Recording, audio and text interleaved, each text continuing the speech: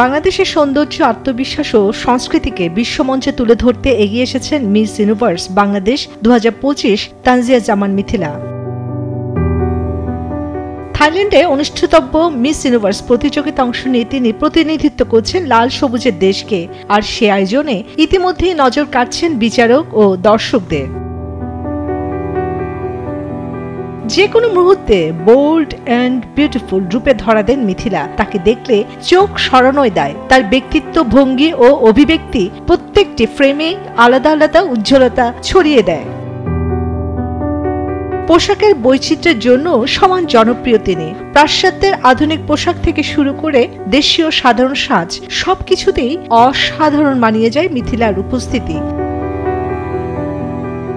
বিশ্বের অন্যতম মর্যাদাপূর্ণ এই মঞ্চে দাঁড়িয়ে বাংলাদেশের নামকে আরো উজ্জ্বল করতে দৃঢ় প্রতিজ্ঞ তিনি।